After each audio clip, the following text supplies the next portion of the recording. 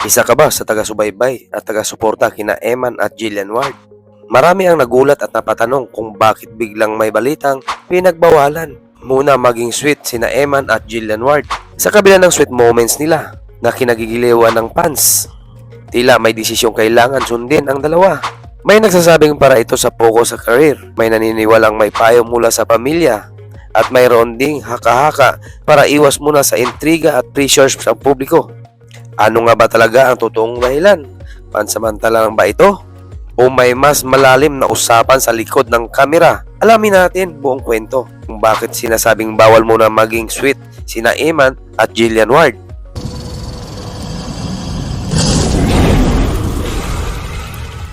Marami ang kumakalat sa social media na bawal muna magkita ang dalawa. Bakit pinagbawalan na maging sweet si Jillian Ward at Eman Pacquiao? Karaniwan ganito ang mga dahilan kung bakit may lumabas na ganitong usap-usapan. Kung parehong may karir sa showbiz o public figure, minsan pinapayuhan sila na bawasan ang pagiging sweet sa public para iwas issue o maling interpretasyon. May pagkakataon na pamilya ang nagsasabi na dahan-dahan lang sa pagpapakita ng closeness, lalo na kung bata pa o hindi pa malinaw ang dahilan. Madalas kapag napansin ng fans na hindi na sila masyadong sweet sa post o event, totoo kaya na pinagbawalan sila ng GMA na mag-sweet? Posible rin na sila mismo ang nag-decide na bawasan ang pagiging sweet sa publiko para hindi masyadong ma-pressure. Marami ang nagsasabi bakit daw ito pinagbawalan si Eman at Jillian Ward. Dahil nga marami nang sumusuporta nito ngayon sa dalawa dahil marami nito ang pinakilig. Ito ang kumakalat sa social media na pinagbawalan maging sweet sina Jillian Ward at Eman Pacquiao. Ano kaya ang dahilan? Karaniwan, ganito ang mga dahilan kung bakit may lumabas na ganitong usap-usapan. Bakit wala ng post sa social media na magkasama ang dalawa? At marami ang mga fans na nag-react. May mga netizen na nag-iisip na may issue matapos ang cryptic post ni Eman. Pero nilinaw niya na hindi ito ang tungkol kay Jillian.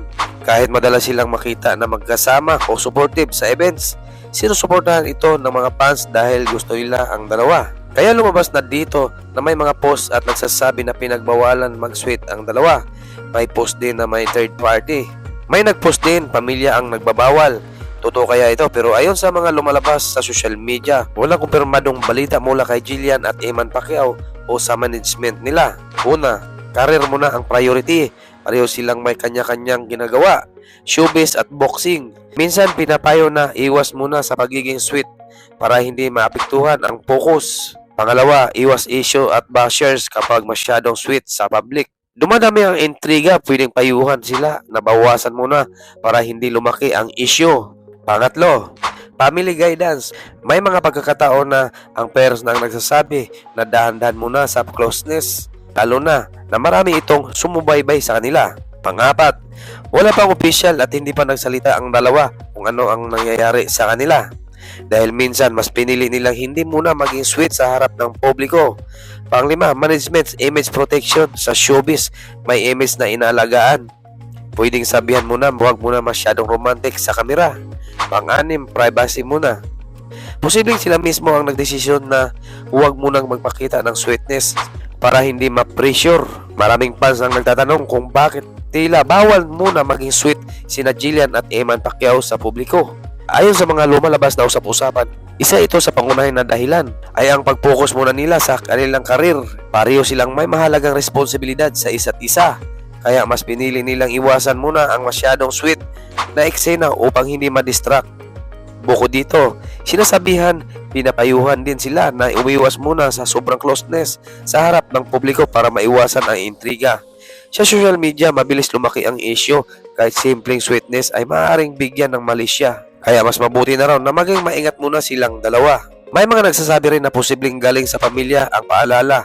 Normal lang na gabayan ang mga anak, lalo na kung parehong bata pa at nasa gitna ng kanilang mga pangarap. Kaya imbis na magmamadali, mas piniling dahan-dahan muna at irespeto ang tamang panahon. Dagdag pa rito, maaaring mutual decision na rin ng dalawa na bawasan muna ang pagiging sweet. Sa ganitong paraan, naprotektahan nila ang kanilang privacy at maiwasan ang pressure mula sa fans at netizen. Hindi ibig sabihin nito ay may problema, kundi mas pinili nilang maging low-key.